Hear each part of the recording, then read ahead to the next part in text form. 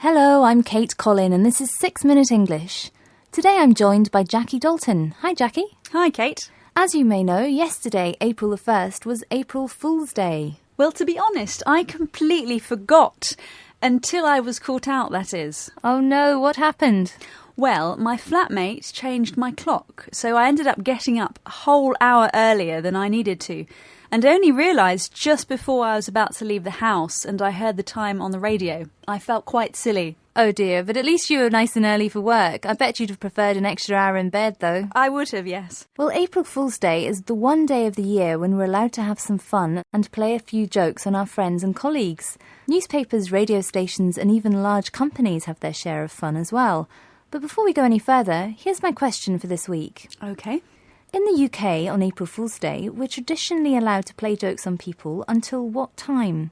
Is it A, midnight, B, midday, or C, 4 o'clock?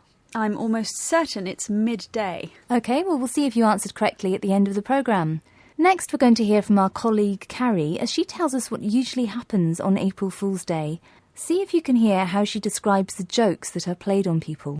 It's usually people playing practical jokes on other people. So if somebody makes somebody else look rather silly by telling them something that isn't true, by playing a practical joke on them. She calls the jokes practical jokes, and these are when you play a trick on someone or do something to make them look silly. So the joke my flatmate played on me was an excellent example of a practical joke. I'll get her back next year, though. Another expression which has a similar meaning to practical joke is hoax. A hoax is when people are deceived into thinking something false, and it's usually on a larger scale than a practical joke involving many people. A media hoax is when people in charge of the media, so that's TV, radio, newspapers and online, play a trick on their audience. Listen to what Carrie says about hoaxes.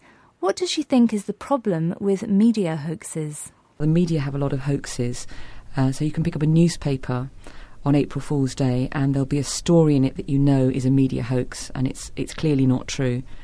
Or not, as the case may be. I think the trouble is now that you pick up a newspaper on the 1st of April and you look through and try and find the spoof story, and quite often you'll pick something that maybe isn't a spoof story at all. It really is a genuine story. Carrie says that the trouble with media hoaxes is that now we all expect that there's going to be one, and often we'll see a story and we think it's a hoax when actually it's true. We also heard the expression spoof story. What does this mean? A spoof story is a kind of practical joke or hoax, and it's a story that's not true, presented in a style that makes it look like it's really true.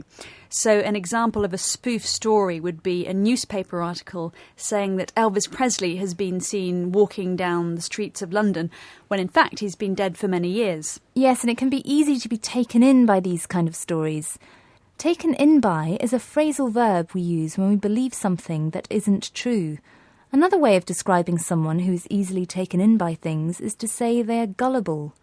A gullible person will believe most things you tell them, no matter how unlikely they are to be true. There have been plenty of other media hoaxes and spoof stories, and many gullible people have been taken in over the years. Back to Carrie.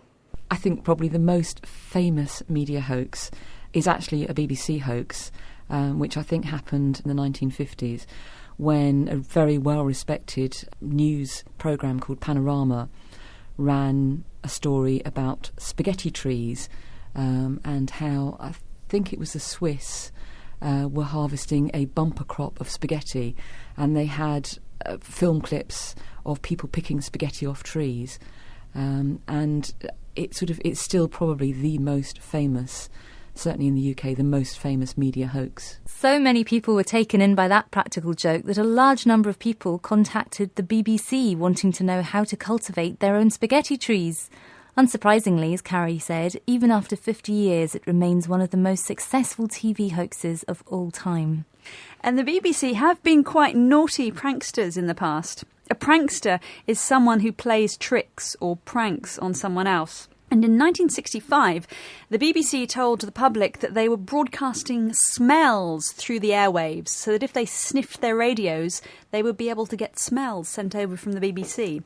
And many viewers actually contacted the BBC to say they could indeed smell things coming through their radio. I bet they felt very silly after they realised it was just an April Fool. It's amazing what some people will believe. Let's have a quick look over the vocabulary we came across today. We had practical joke, which is a type of joke which is played at someone else's expense.